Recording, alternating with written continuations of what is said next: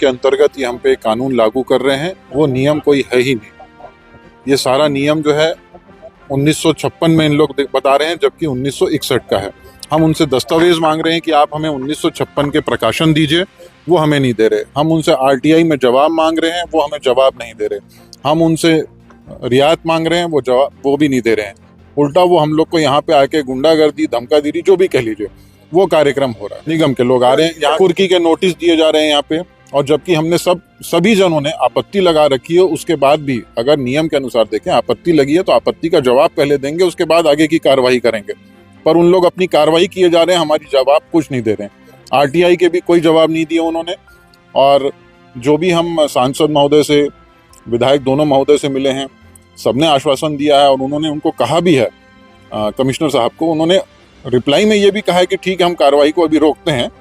और जो विधायक जी हैं रिकेश सेन जी, उन्होंने ये कहा है कि वो आगे भी इस चर्चा को लेके जाएंगे, सीएम तक भी बात करेंगे। उसका समय ही नहीं दे रहे और यहाँ पे कार्रवाई किए पड़े।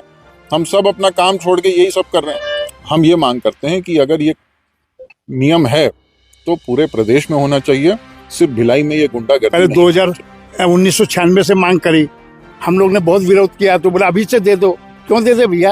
फिर ज्यादा विरोध किए तो बोला 2017 से दे दो। तो बाकी हम लोग को मतलब उन्होंने डिस्काउंट दे दिया। ये तो गलत बात है ना। क्या उसके वो डिस्काउंट जो निगम दे रहा है वो अपनी तरफ से दे रहा है हमको? लेना तो 1996 से लेना, 2017 फिर भी मान लो लेना तो 2017 में उनको हमको नोटिस देना था पहले। तब तो कोई भी चीज लेने से पहले, तोड़ने से पहले आपको कार्रवाई करने पहले नोटिस देना पड़ता है। नियम लागू हुआ है छत्तीसगढ़ नगर पालिका सीमाओं से बाहर निर्यात किए गए माल पर सीमा कर, नियम 1996।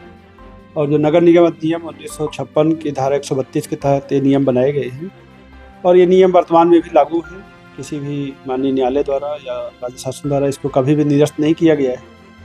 और भिलाई नगर निगम को लगातार करीब 12 से 15 जो संस्थाएं हैं उनके द्वारा नियमित रूप से दिया जा रहा है, और 3 से 4 करोड़ रुपए की राशि नियमित रूप से भिलाई नगर निगम को इसमें प्राप्त हो रही है। इसमें भिलाई इस्पात संयंत्र भी शामिल है। हम लोग अपने टैक्सेस को बढ़ाने के लिए लगातार कोशिश कर रहे हैं, और जो नियम लागू है पूरे प्रदेश में लागू है, क्योंकि हमारा जो क्षेत्राधिकार जहाँ है वहीं पे कार्रवाई करते हैं।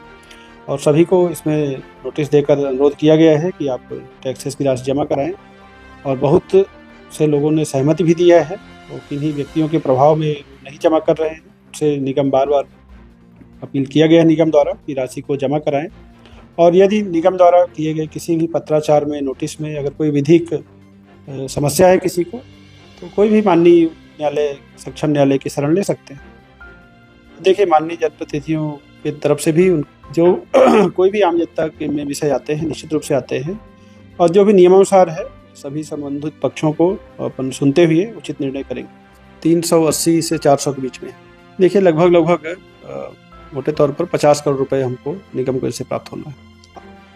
देखिए, ये एक इनडायरेक्ट टैक्स है, और इससे संबंधित व्यवसायियों पर कोई प्रत्यक्ष उनको भार नहीं पड़ना है।